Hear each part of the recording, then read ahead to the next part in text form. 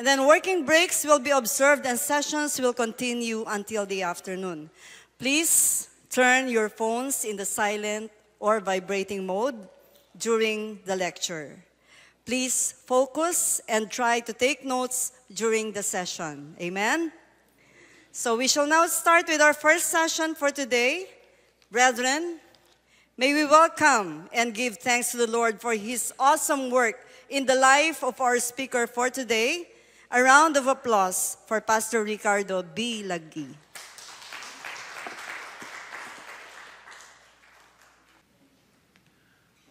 Ito po ang ating outline. So meron tayong, sa lesson po natin into almost 11, 12 segments ang ating pag-aaralan. Ang topic po natin yung the gospel. Okay.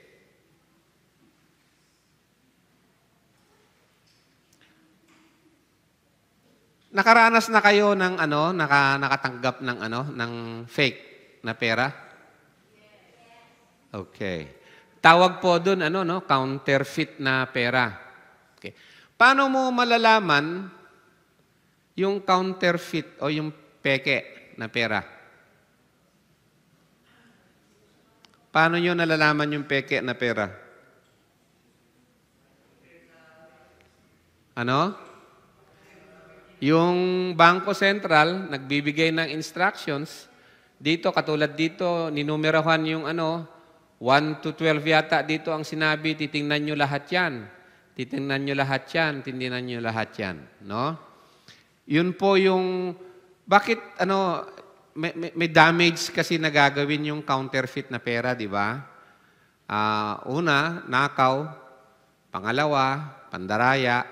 Pangatlo, panindira ng so it's all lawlessness ang tawag doon, no? Sa counterfeit of fake na pera. At ang hirap na ma-control kung minsan.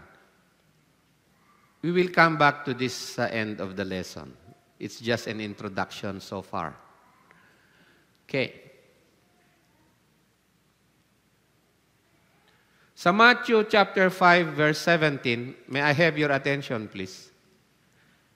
Sa Matthew 5, verse 17, sabi ng Panginoong Yesus, "Do not think that I have come to abolish the law or the prophets. I have not come to fulfill them, but to abolish them." Yan sabi ng Panginoon, amen? Hindi po amen. Di ba? Ayan, ano to? Alin ang tama sa dalawa?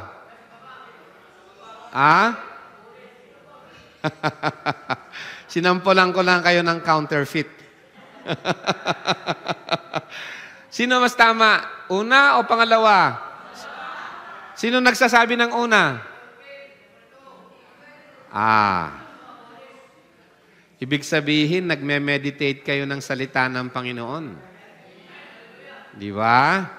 So, dito sabi niya, tingnan nyo yung pero alam nyo ba, na problem sa church ngayon yan?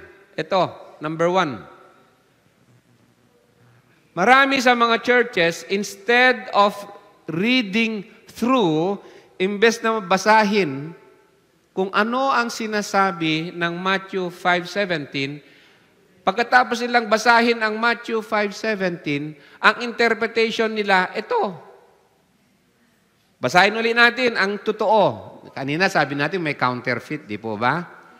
Okay. Do not think that I have come to abolish the law or the prophets. So sabi ng Panginoong Jesus, I did not come to abolish. I have not come to abolish them, but to fulfill them. Pero, hindi na-detect kung minsan ng mga iglesia na ito ang tinuturo. Do not think that I have come to abolish the law of the prophets. I have not come to fulfill them, but to abolish them. Tuwan-tuwa yung marami na mga Kristiyano at mga iglesia, wala na yung law. Kasi yung law daw, well, in some aspects, meron talaga yung maling pagtuturo ng law. But in the Bible, ito ang sinasabi ng Panginoon, I have come, do not think that I have come to abolish the law or the prophets. I have not come to abolish them, but to fulfill them.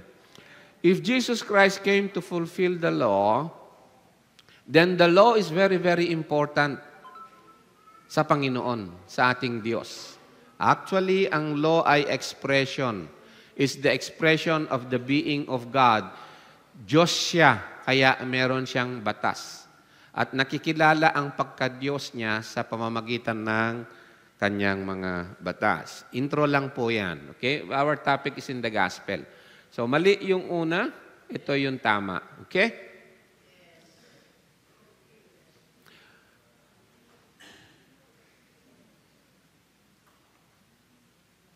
Okay. I have 3 statements here. Tatlo po, ano? First one, God loves you and offers a wonderful plan for your life.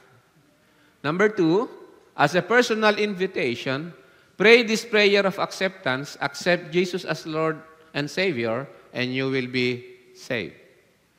Number 3, God loves you and He wants to give you abundant life in Christ.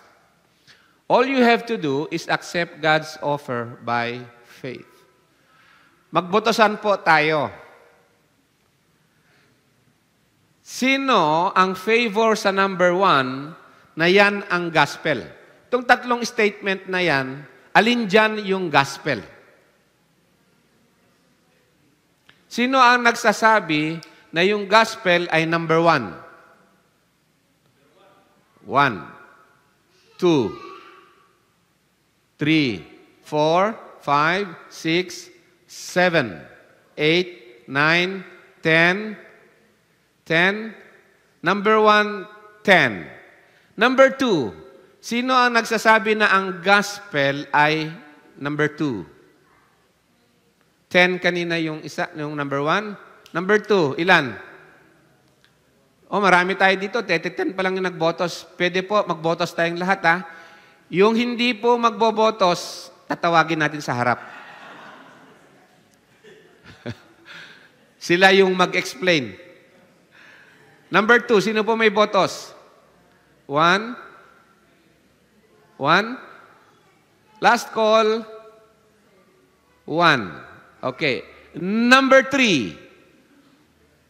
Nakakarami. 1, 2, 3, 4, 5, 6, 7, 8, 9, 10, 11, 12, 13, 14, 15, 16, 17, 18, 19, 20. 20 plus 10, 30 plus 1. So, mga 30 ang bumotos. Number 1 is 10. 30, 10, that's 30%. Number 2 is less than 1%. Number 3 is 60% ang bumotos na ito ang gospel. Teka muna. Kailangan maano kayo.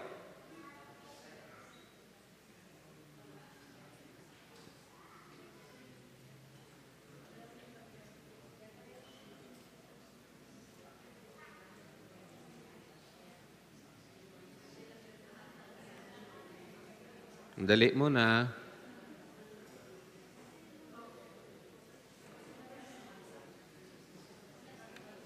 Tandaan nyo yung mga sagot ninyo, ha?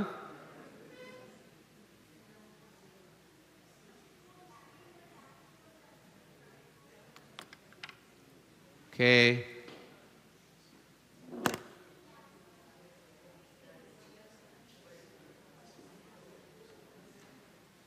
So, ngayon, gusto nyong malaman kung ano yung answer? Yeah. Wala alinman sa isa. Walang tumama. So, yung mga lahat ng hindi bumotos at mali yung answer, pwede po, ang penalty nyo po, doble ang kakainin nyo. Sa pagbabasa ng salita ng Panginoon. Amen? Number 1, wrong. Number 2, wrong. Number 3, wrong.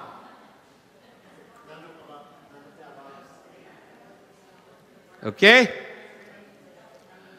So, basahin po natin ngayon Sa 2 Corinthians 11:4, one way or another po, bawat isa sa atin nakapag-evangelize na, di po ba? And gustong-gusto natin mag-evangelize. Ilan dito ang may mga pastors, may pastoral care? Meron po kayong mga pinapaalaga sa inyo ang Panginoon. Ilan po sa inyo dito? Okay. Ano yung inyong goal? Ano ang inyong objective kung kayo ay tatayo sa pulpito? Sagutin niyo sa Panginoon yan, di ba? Kapag kayo ba ay naghahanda ng lesson dito sa pulpito, ano ang nagmo-motivate sa inyo? Do you do it with much prayer? At hingin sa Panginoon na ang Panginoon ang magbibigay ng mensahe? At kapag sinabi natin na ang Panginoon ang magbibigay ng mensahe, yung salita niya lang, hindi yung kung saan-saan ka kukuha. Kasi po maraming nagsesermon ngayon, puro kwento balatong. Ano ba yung kwento balatong? Yung ginagawa dito sa harap. Imbes na salita ng Panginoon, o pag-aaral, patungkol sa serious na pag-aaral sa salita ng Panginoon, kung ano-anong mga kwento ang binabahagi. Okay? Sa 2 Corinthians 11:4, sabi po ni Pablo, ito po yung concern ni Pablo, no? For if one comes and preaches another Jesus, whom we have not preached, or you receive a different spirit which you have not received, or a different gospel which you have not accepted, you bear this beautifully. Nakakaiyak na sitwasyon. Alam ni Saint Paul din ito yung problem na yun, and he is very much aware dito sa problem.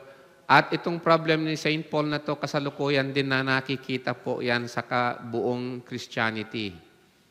If anyone comes and preach another gospel, nakakaiyak na yung church.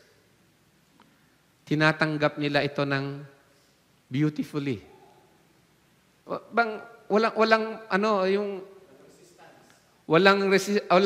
Hindi makita yung counterfeit.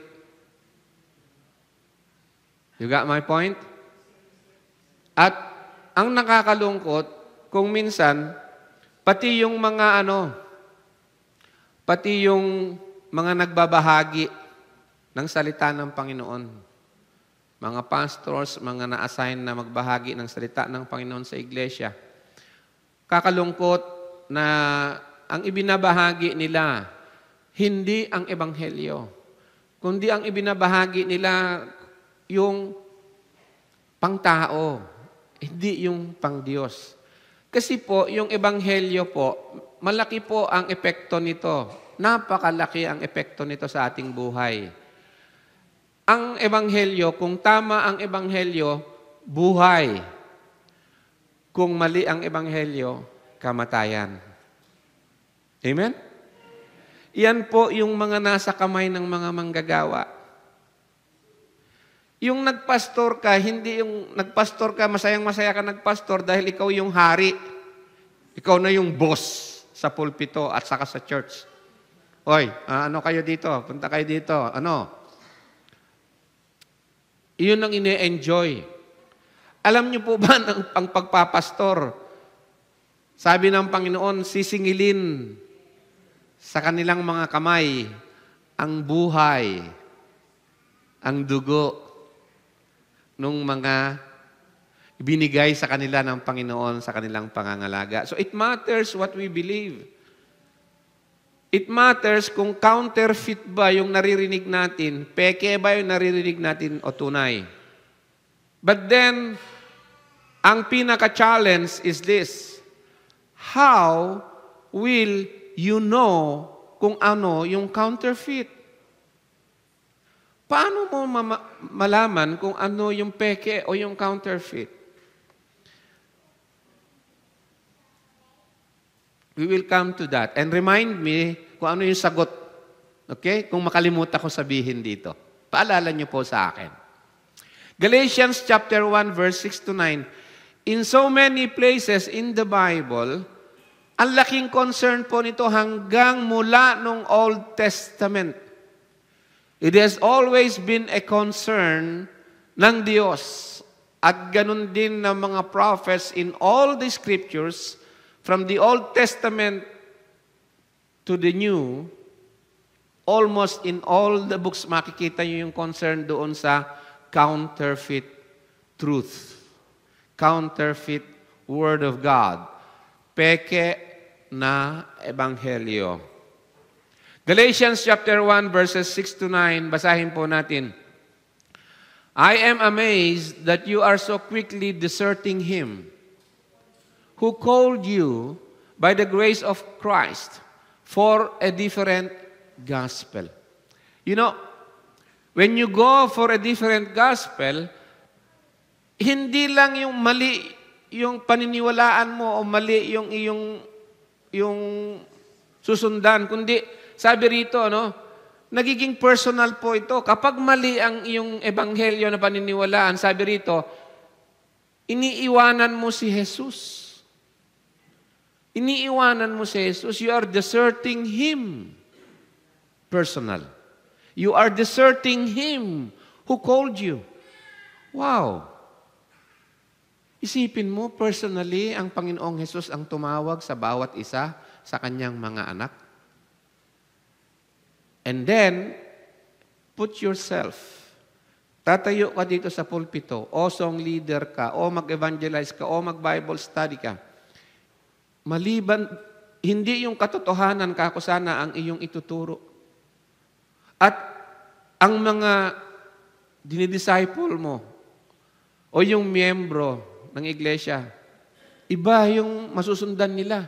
Akala nila yun ang tama. Kaya nga, malaki ang pananagutan nung kasi unang-una sa lahat, yung tumatayo, hindi man dito sa pulpito o pag Bible study o iba't ibang gawain, iba na yung naituturo. Okay? So sabi rito, you are quickly deserting Him. Sabi sa Galatians, kanina nabasa natin Corinthians, di ba? Pangalawa ng iglesia to, na sinabihan ni Paul na gano'n. You are quickly deserting Him who called you by the grace of Christ for a different gospel. Kanina tinesting ko kayo doon. Remember that. Bakit kayo nagkamali ng sagot? Bakit? Dahil mali yung itinuro sa inyo? Mali yung nasa nyo, hindi kayo pumunta sa salita ng Panginoon? Ang laki ng epekto niyan, hindi lang yung buhay mo, pamumuhay mo, pamilya mo, kapatiran mo. Which is really not another. Actually, walang ibang ebanghelyo.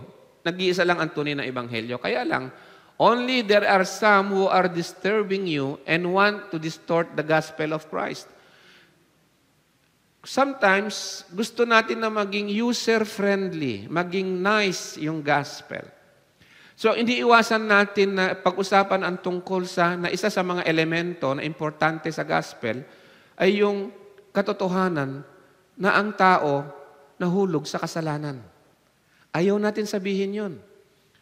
Katulad ng isang libro, ewan ko kung alam ninyo, may isang libro na bestseller by the millions, kung ito ay marami ang kumukuha by the millions, maraming bumibili. Doon sa book na yon, ang author ay si Rick Warren. Purpose-driven life. Ni minsan, wala kang makita na salitang S-I-N o ni minsan meron kang makitang salitang repentance. And yet, bestseller. Rick Warren, Purpose-driven life. Yun yung pinakita ko sa inyo kanina, 1, 2, 3. Kung gusto niyo reviewin natin. Purpose-driven life lang. Ang gusto lang ng tao sa gospel is abundant life para sa kanya. Hindi yung abundant worship sa Diyos. Amen? Gamitan lang ang gusto ng iba sa Ebanghelyo. Gamit ang gusto nila kay Jesus, hindi Lord. Gamit siya. Tagasagot. Tagapalit ng diaper. Tagapalit ng diaper. tagalagay ng bandage, tagapunas ng luha, tagabigay ng mga luho. Give, and you shall receive. Liglig, at nag-uumapaw. Yun ang gusto nila. Although ang Panginoon, sinabi naman niya, He will supply all our needs.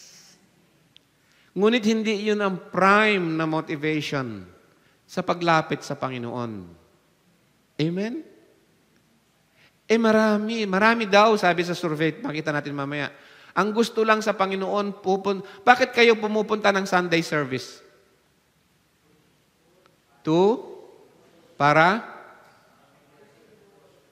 Para sumamba. Kasi kapag sumamba ka, may babalik na siksik, liglig, at nag-uumapaw. Ha? Baka yung prayer mo, hindi kasi masagot eh. Yung problema mo, hindi mawala kung hindi ka sumamba. Bakit ka sumasamba? Hindi ba upang lalo mo siyang makilala, makita sa kanyang salita? Pupunta ka doon, haharap ka uli sa kanya. Kalimutan mo ang lahat ng para sa iyo, ng problema mo, ng mga hinihingi mo. Sa Sunday na yun pupunta ka, kasi sabi ng Panginoong Hesus, John 17:3, and this is eternal life, that they may know thee, the only true God, and Jesus Christ whom you have sent. Amen? So, sabi ni Paul dito, but even we, sabi ni Paul, kaming mga apostle, or an angel from heaven, o mga pastor, o sino pang bishop, o sino pang evangelist, even we or an angel from heaven should preach to you a gospel contrary to what we have preached to you, he is to be accursed. Sumpain ang taong yan. Sabi ni Paul. Is that in the Bible? Wow. Kapag pala tatayo ka dito, na hindi yung gospel, ang totoong gospel, yung love at yung katotohanan ng totoong gospel, ang iyong ipapahiwatig. Ano po ang sabi ng scripture? Susumpain kahit anghel. Kahit po sikat na evangelist, sumpain siya. Kahit pa bishop, sumpain siya. Is that in your Bible? Yet how many times did we meditate before God in prayer? In fear and in trembling. Lord, ito po ba lesson na ibibigay ko ngayon? Ito po ba na ayon sa katotohanan ng iyong ebanghelyo o hindi? Ito ba kalugod-lugod sa iyo ang bawat bibitawan kong mga salita sa congregation? At ang pamamaraan ng aking pagbibitaw, hindi lang ang aking mga sasabihin, kundi pati pamamaraan ng aking pagbibitaw. Kasi may mga pamamaraan ng pagbibitaw na nambobola lang. Wala nang masabi. Si pastor, hindi naka-review ng lesson. Wala siyang may lesson. So pupunta siya dito, nagpapatawa na lang. 90% ng preaching niya, joke. Tawa ng tawa yung congregation. Paglabas ng congregation, nakaka-bless.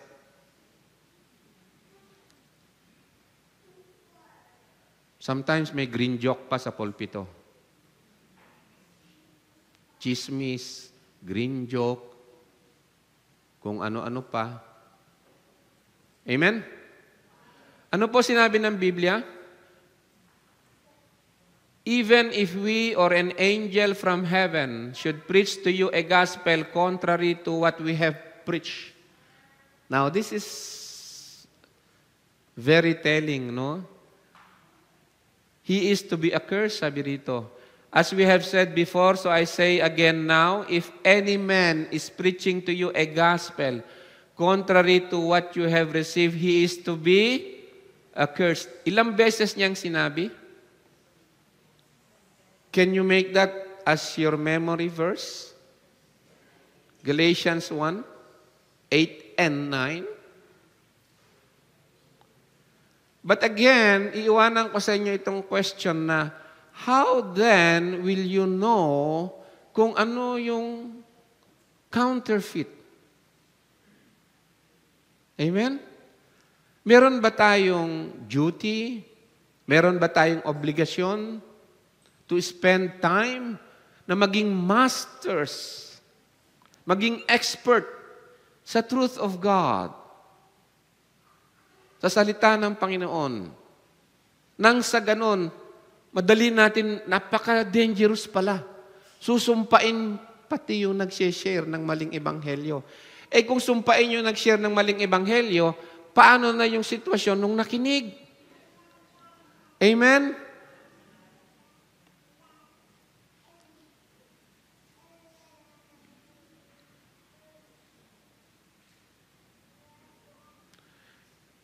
Ito po, survey po ito sa Amerika. Dito po sa survey na ito, sinurvey ang mga pastors, associate teachers, youth, leaders, executives, and so on sa church. At you know po kung anong findings nila? Nasa range lang ng 40%. Nasa range lang ng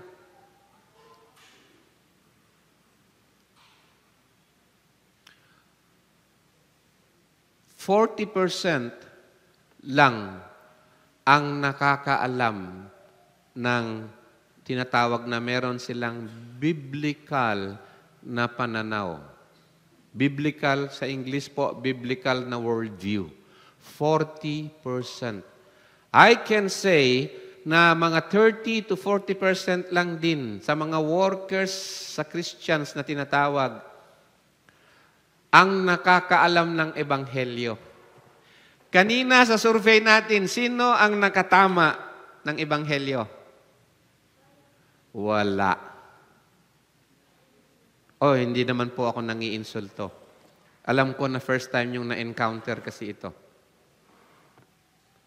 And I know that you are here, na meron kayong puso na sa atin pong pag-uusapan ngayon sa ating pag-aaral ngayon ay makikita natin yung kaluwalhatian ng Panginoon. Amen?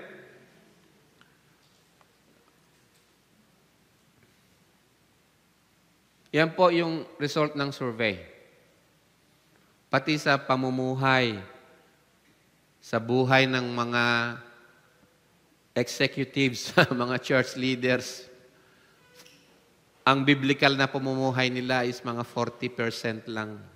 No? Kakalungkot, di ba? Kaya nga sabi ni Paul dito, sa Acts chapter 20, basahin po natin, gusto ko pong makita natin dito na malaki po ang tinatawag na accountability. Accountable po tayo sa Ebanghelyo. Ano po sa Tagalog yung accountability? Meron po tayong pananagutan. Okay? Acts 20 verses 17 to 35 po ang ating babasahin. From Miletus, he sent to Ephesus and called to him the elders of the church. Ito po si Saint Paul. Tinawag niya ngayon yung mga elders ng mga church. Kasi, in brief, magpapaalam na kasi siya. No? Magpapaalam na si Paul dito. Alam ni Paul, sabi ng Holy Spirit sa kanya, Paul, papunta ka na sa Rome. Papunta ka na doon sa pinagdalhan ko sa iyo. At kung saan dadalhin si Paul, doon po siya po ay papatayin na. Paano ba namatay si Saint Paul? Pinugutan daw ng ulo? Si Saint Paul? O paano ba pinatay si Saint Paul? Sino po sa inyo medyo nakapagbasa ng history nun? Ha? Si Saint Paul, paano siya pinatay?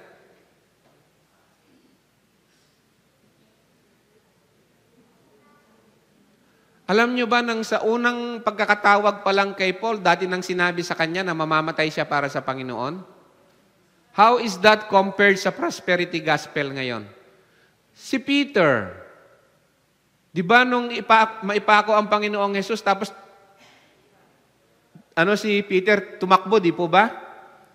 Pero tinan nyo ang awa ng Panginoon. Sinundan siya ng Panginoon. Sabi niya, Peter, magkita tayo. Pinuntahan siya ng Panginoon eh.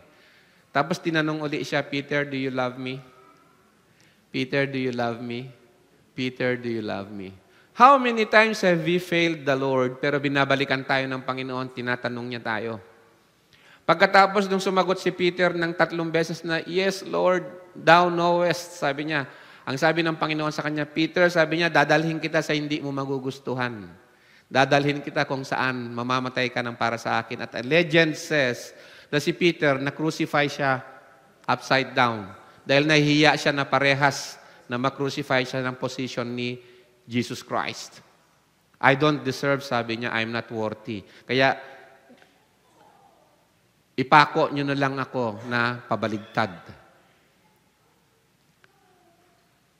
Those were the apostles. How about if you read the history ng paano namatay lahat yung mga 12 apostles? Paano po sila namatay?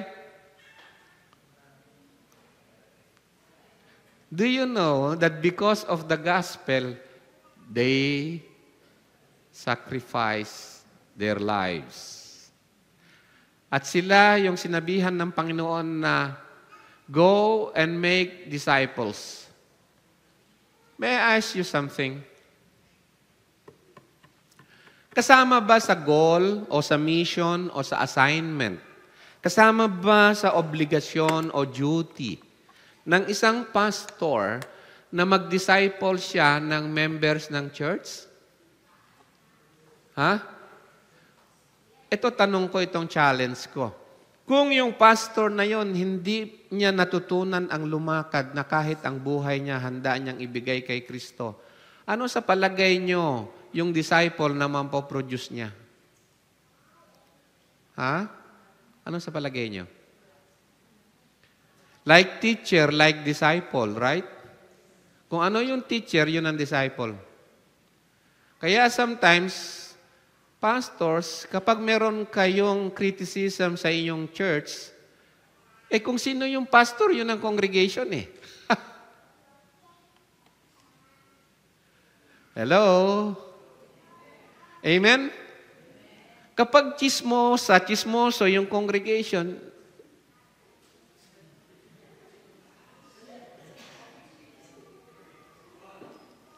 kapag yung congregation, imbes na nag-aaral ng salita ng Diyos, puro Facebook. Yung pastor, ano kaya? Di ko alam. Hello? Di ba meron yung kasabihan, like father, like son?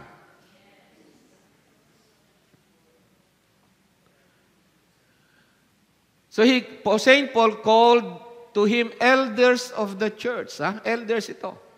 And when they had come to him, he said to them, you yourselves know from the first day that I set foot in Asia, how I was with you the whole time.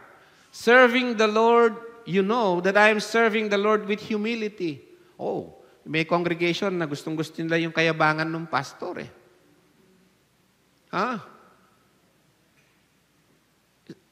Hindi humility before the Lord. Para yung si Christ ang makikita sana sa iglesia. Amen? John the Baptist says, he must increase and I must decrease.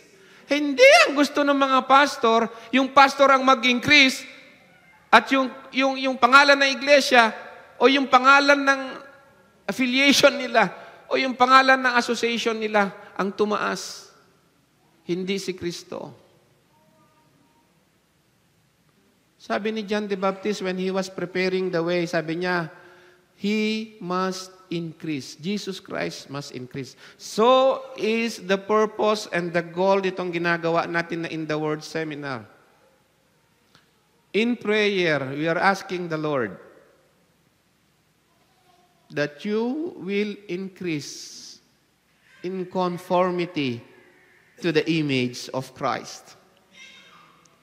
Hindi in conformity to your association, to your denomination. In conformity to Christ. Amen? So sabi niya, I have come to you, sabi niya, verse 20, I want you to know, sabi ni Paul, I did not shrink from declaring to you anything that was profitable and teaching you publicly from house to house. Yun ang buhay ni Paul na, no? Tapos sabi niya rito, solemnly testifying. Ano po yung solemn? Sacred. Banal. Banal ang pagtrato ni Paul sa binigay ng Panginoon sa kanya na kanyang assignment. Napakabanal na assignment. Napakabanal na assignment na ibinibigay ng Panginoon sa mga manggagawa sa iglesia. Amen? Huwag niyong bastusin. Huwag niyong dumihan.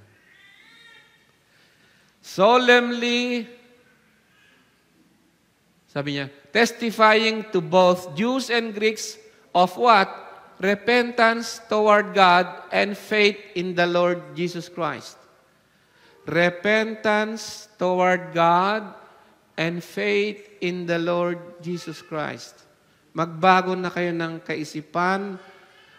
Ano po ang repentance? 180 degrees. Dalhin nyo ang inyong kaisipan sa mga bagay na patungkol sa pangalan ng Diyos, sa kaharian ng Diyos, at pagkakilala sa katotohanan sa Diyos. Paglakad sa katotohanan ng Diyos. And now, sabi ni Paul, yung po ba, ito po ba, kasama ito sa Ebanghelyo?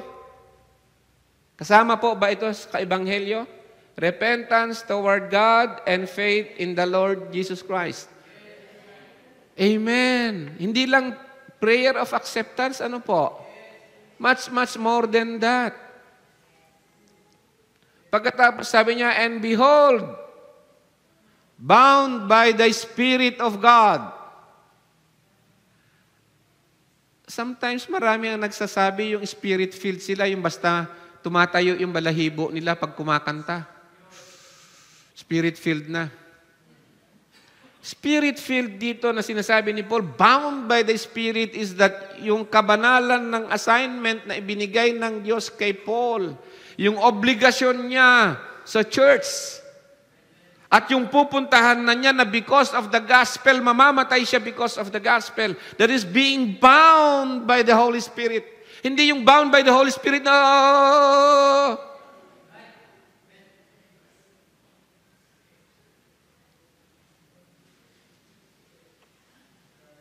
sorry, ha? Wala daw, sorry. Si Christ, nung sinabi niya yung totoo, hindi niya sinabi na sorry, nasaktan kita. Lord, na-offend yung mga yon, sabi ni Christ. Ganun ba? Kayo gusto niya rin umalis? Anyway, but it's not our purpose to mag-offend, okay? Except that the Holy Spirit solemnly testifies to me in every city, saying that bonds and afflictions, they await me. Ang hirap ng buhay ni Paul. Sometimes, hindi na niya alam kung paano huminga sa hirap. Nakaganon, nakaganyan, nakaano. Bonds and afflictions, they await me from every city. Is that grace? Walking in the grace by faith? Paano ko yung mga pastors yung hirap na hirap sa mga assignment na binigay ni Lord sa kanila? Ha? Ay, hindi. Hindi yata yun yung gospel, Di ba? Hindi yata yung gospel, Brother Rick. Kasama ba yan sa good news na sinabi kay Paul? Verse 24, but I do not consider my life of any account as dear to myself. Dito nyo makikita yung mga buhay na salita na lumalabas sa bibig ng isang tunay na tinawag ng Panginoong Hesus. Yung tunay na sumampalataya sa Ebanghelyo, ito ang kanyang sasabihin, I do not consider my life of any account as dear to myself. Kapatid, kung ikaw ay sumampalataya sa Panginoong Hesus, na iyong Panginoon at tagapagligtas, ang ibig pong sabihin ng statement na yan na siya ang iyong Panginoon at tagapagligtas, siya na ang nagmay-ari ng buhay mo. It's no longer dear to you, much dearer sa Kanya. Amen? Huh? So that I may finish my course and the ministry which I received from the Lord. Now, 63 years old na ako. May ministry na ibinigay, I am deeply convinced na may ministry na ibinigay ang Panginoon sa akin. And what is that? Alam ko na hindi po pwede, na hindi kasama, na sa iyong pag-share ng gospel, yung makarinig ng yung gospel is that Christ will be formed in them. Amen? Dahil sa assignment ng Panginoon na yon, sabi ko, I do not regard myself as dear to myself so that I may finish my course. Like, bibigyan ko ng grade yung sarili ko ngayon. Paano ko ba pinagsilbihan yung body of Christ? 63 years old na ako. How is the course na nagawa ko? Naging pabaya ba ako? May naging neglect ba ako? May napabayaan ba ako sa kanila? 70 years old, wala nanto, kukunin ka na ng Panginoon. Did you finish the course? Kayong mga batang mga pastor pa lang at the age ninyo, 30, 40, even 50. Listen. Pag kukunin na tayo ng Panginoon, haharap ba tayo sa Panginoon, Lord, I finished the course. Hello? So that I may finish my course and the ministry which I received from the Lord. The ministry, hindi nyo po yan tinanggap sa inyong denomination, sa inyong association. Tinanggap nyo yan sa Panginoon at mananagot kayo sa Panginoon. You are not there to please yung grupo ninyo, but you are there to please the Lord. Inilagay niya dyan, kayo dyan sa iglesia na yan at sisingilin ng Panginoon sa inyong mga kamay ang dugo ng mga miyembro ng congregation na inyong pinagsisilbihan. Either you are guilty or not guilty. Amen? Ikaw ba na nagsisilbi sa iglesia, ano ba ang gusto mo? Yung ito lang, pakinabang sa'yo? Yung packet? At ganun din para sa mga iglesia? And now, behold, I know, sabi ni Paul, that all of you, among whom I went about preaching the kingdom. Tagal, ano? Day and night preaching about the kingdom. Will no longer see my face. How many years from now, hindi na makikita ng congregation ang inyong mga mukha? Amen? Kukunin na tayo ng Panginoon, hindi na makikita. Ang iniwan mo bang mukha doon sa congregation, si Kristo? O kung kani-kaninong mukha ang iniwan mo doon? O ang gusto mong maiwan yung mukha mo? Di ba? Meron yung mga pastor, ang ipinipreach nila, yung sarili nila eh.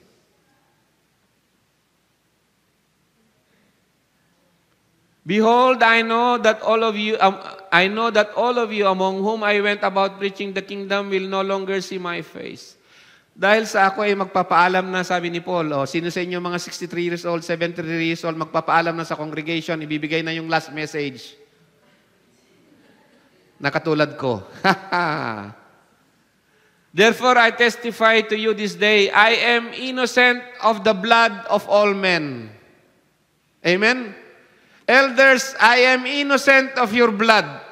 I declared to you whatever is profitable for you, and I declared to you, with all the sacrifices, day and night, I declared to you the truth of Christ. That Christ may be formed in you.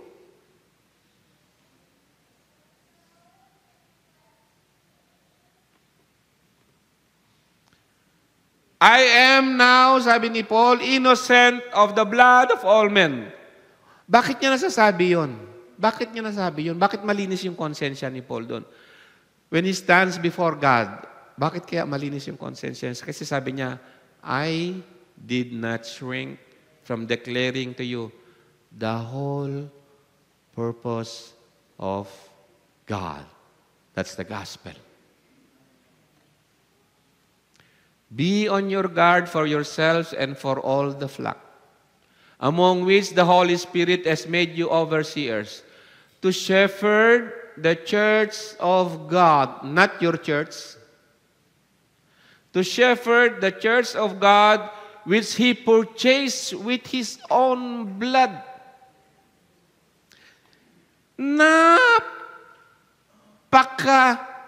Baba naman ng pagtingin natin sa Church of God which He purchased with His own blood kung yung mga pastor, kung ano-anong basura ang ipinapakain sa iglesia. Is that what Paul is saying? Yan ba ang sinasabi ni Paul? Amen?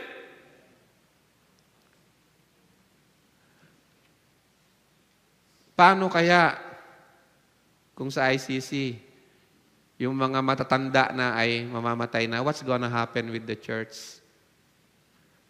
Ilang generations kaya magkakaroon din ng division, mawawasak din at magkaroon ng mga ano?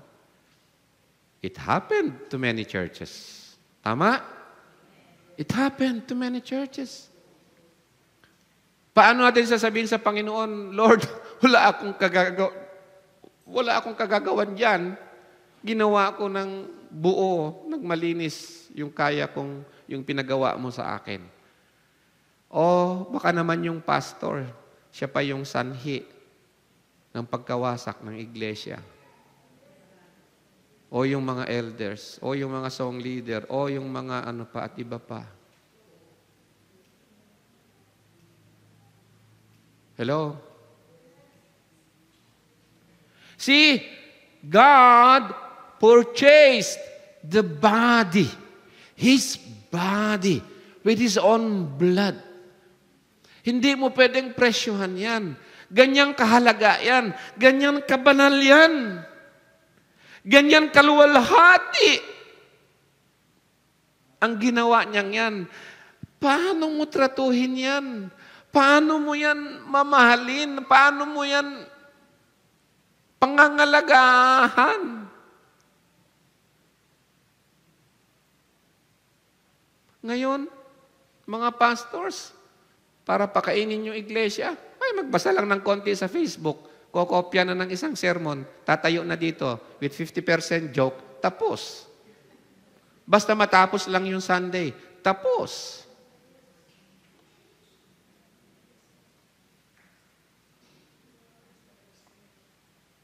Tapos sasabihin pa, leading ng Holy Spirit. Pati yung mga chismis.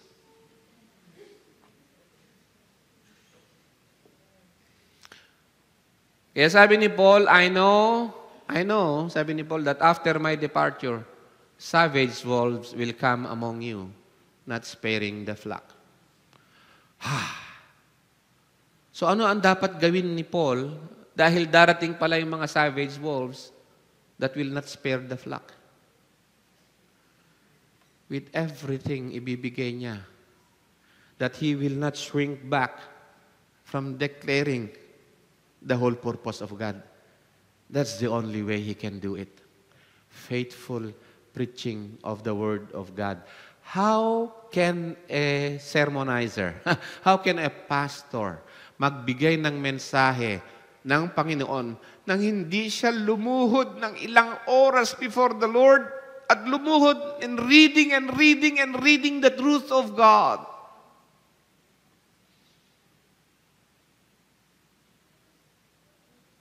How can?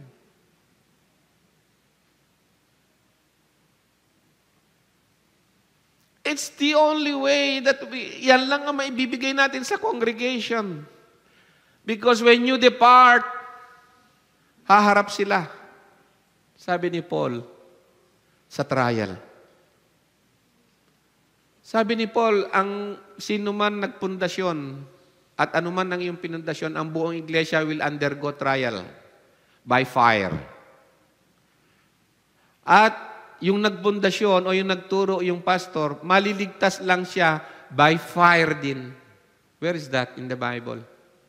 Where is that in the Bible? Saan yun sa Biblia? Hello? Saan yun sa Biblia? Can you look for that in the Bible and tell me bago tayo mag-end mamaya?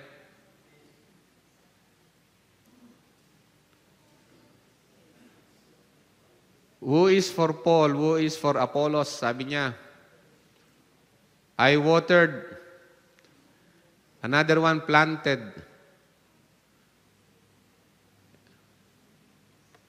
Doon sa passage na yon. Therefore, sabi niya, and from among yourselves, among the congregation, sabi niya, men will arise speaking perverse things to draw away the disciples after them. Yung pastor, hindi po siya nagdi-disciple para po siya yung master ng church. Nagdi-disciple siya para kay? Tanong ko nga, paano ka mag-disciple para kay Kristo kung ikaw mismo hindi pa na-disciple kay Kristo? Pwede ba o hindi? Hindi pwede ano? Hindi pwede. Hindi pwede. How can you know kung hindi ka mismo na-disciple kay Christ?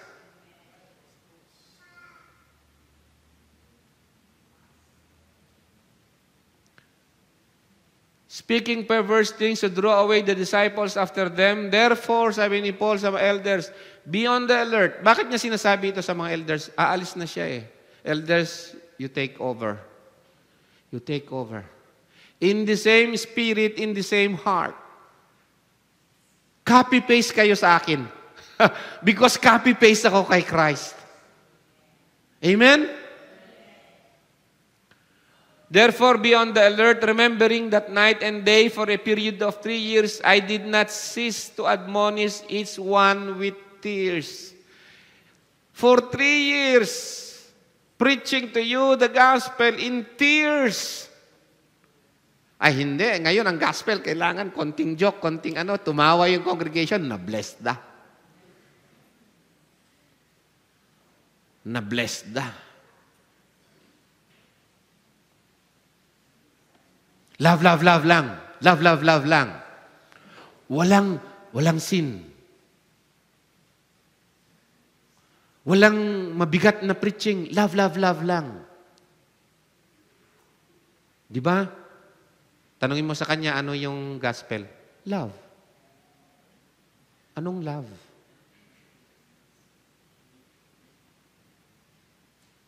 And now, sabi rito, I commend you to God and to the word of His grace. The gospel is the word of grace of God. Amen? I commend you, sabi niya, this is all, magpapaalam na ako. I commend you to the word of His grace, which is able to build you up. Wow! The gospel, sa kabuuan ng ebanghelyo, the gospel, the word of grace, is able to build you up, to guard you against savage wolves. Bantayan kayo sa mga, ano yung wolves? Anong gaganon? Manlalapa. Tama? Maninila. And give you the inheritance among all those who are sanctified. Sabi ni Paul, you see, sabi ni Paul, kaya malinis yung konsensya ko, haharap ako sa Diyos. Sabi niya, I have coveted no one's silver or gold or clothes. Wala akong kinovet sa mga properties ninyo. Maraming mga pastor ngayon nagko-covet ng property ng congregation. The Lord will come back. Babalik na. Ibenta mo ang inyong mga lupa at saka ano. Anong gagawin namin sa napagbantahan, pastor? Bigay niyo sa amin. Ha?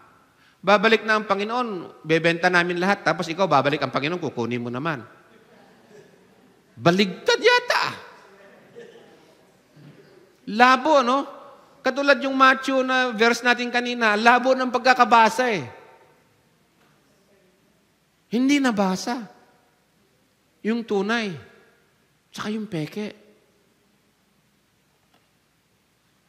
I have coveted no one's silver or gold or clothes. Dapat lang na ang mga pastor, manggagawa sa iglesia, binabayaran ang kanilang serbisyo. Kung ikaw magpagawa ka ng ilaw, may karong paparepair sa bahay mo, magkano bayad mo sa karpintero? Hindi lang yun. Sabi mismo ng Biblia, it's the commandment of the Lord. Do not muzzle the ox while it is threshing the floor. Bigyan nyo. Wala nga namang, nagtatrabaho na yung pastor, payat na, halos walang makain na. Paano naman yun magpupuyat, mag-aaral ng salita ng Diyos, di nyo naman pinapakain? Hello? Di ba?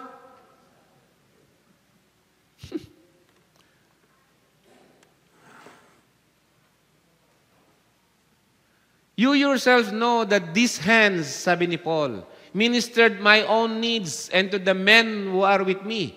Pinakita ni Paul yun. I have not coveted your silver or your gold. In everything I showed you that by working hard in this manner, you must help the weak. Help the weak. Yun ang isa pa sa ministry ng pastor. To help the weak. Marami sa congregation, walang abilidad, kahit gustong-gusto nila, wala silang abilidad na magbasa talaga ng Bible. Ibig sabihin, yung buong kaluluwa nila, nakadepende na dun sa ituturo sa pulpito. You know what I mean? Mahal nila si Lord, gusto nila makita si Lord. Pero pag yung nandito sa pulpito, hindi si Lord ang ibinigay, anong mangyayari dun? Anong mangyayari doon na siya, nakadepende na lang siya sa kung anong lalabas dito sa pulpito? May mga kapatid tayo na hindi nila, wala talaga silang abilidad gaano na magbasa. Wala silang kakayahan. So, duty natin doon sa weak na ibigay yung tama. Kapag hindi mo ibinigay yung tama doon at pinabayaan mo yun, sabi ng Panginoon, asan ang kanyang dugo? Hello? Kaya sabi ni Paul dito, you must help the weak. Remember the words of the Lord Jesus. Aalis ako, kalimutan nyo na lahat na sinabi ko. Huwag nyo lang kalimutan. Hindi ko naman sinabi na kalimutan nyo. Sinabi niya. Remember the words of the Lord Jesus, that He Himself said, it is more blessed to give than to receive. Kaya sabi ng pastor, give kayo lahat dito, para makatanggap kung ano man ibinigay mo na 100, babalik yan sa'yo. Mananalo ka ng sweepstake.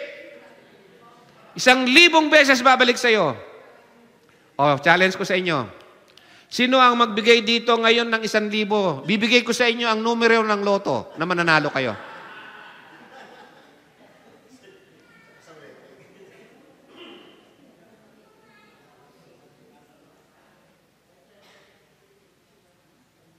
May nagloloto pa ba sa mga Christians? May nagsisweepstake pa ba sa mga Christians? Meron, nagluluto daw, hindi nagloloto. Okay. Weteng. Oo nga pala, weteng.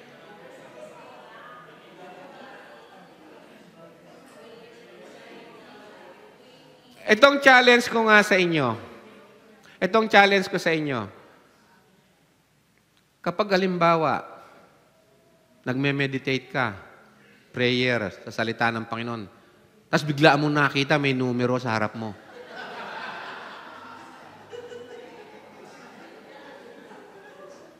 Sabi sa'yo, mananalo ka ng 1 milyon. Tatayaan mo ba o hindi? Counterfeit gospel.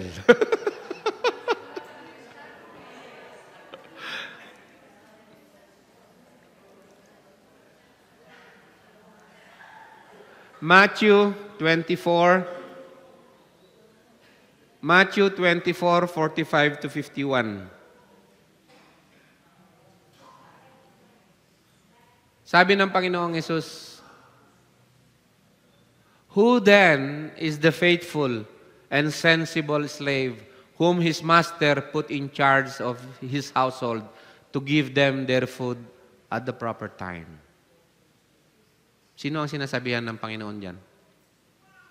Who then? Sino sabi niya? Ang sensible. Biblical na sense. Sensible slave whom his master put in charge of his household. Yung mga pastors ba slaves of Christ? Amen?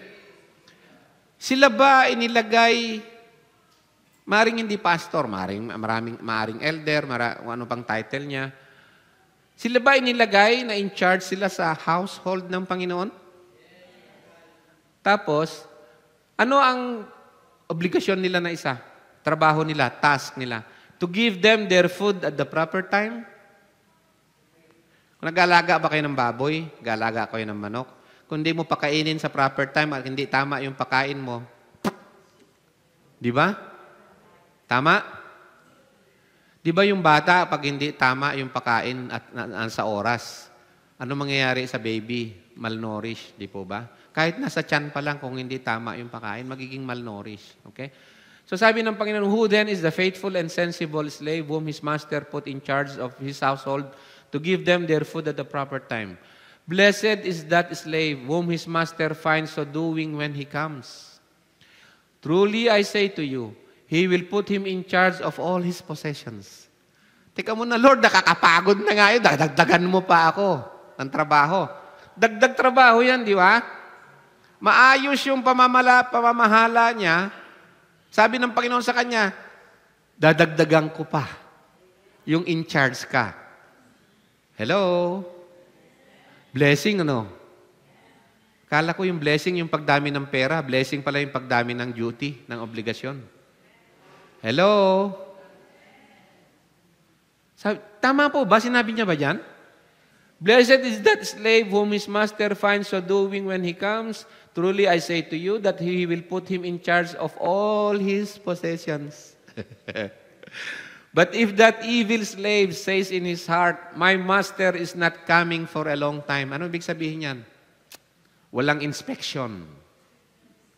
Walang inspection. Di ba yung nagtatrabaho, kapag gumawa ka ng karpintero, wala yung may-ari, o wala yung foreman, wala yung boss?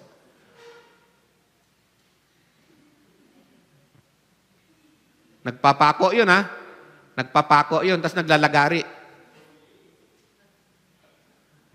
Wala walang nakatingin Di ba? If that evil slave says in his heart, my master is not coming for a long time, walang judgment. Walang inspection, walang evaluation.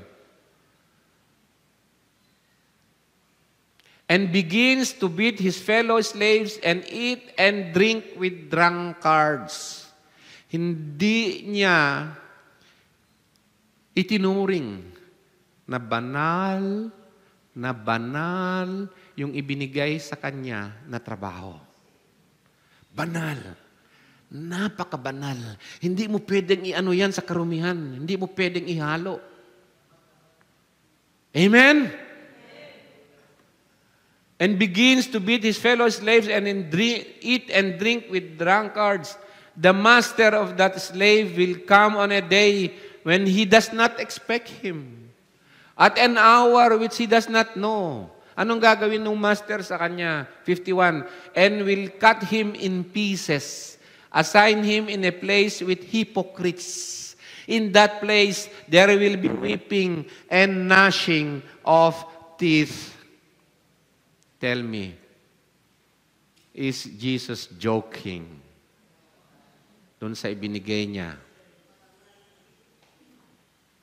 na trabaho? He purchased the church with His own blood. Huwag mong mamaliitin yun. No, ituring na marumi o hindi banal. Kapag ganun ang ginawa mo, sabi ng Panginoon, He will come in judgment. At sabi niya, I will cut him in pieces, assign him in place with the hypocrites. There will be weeping and gnashing of teeth.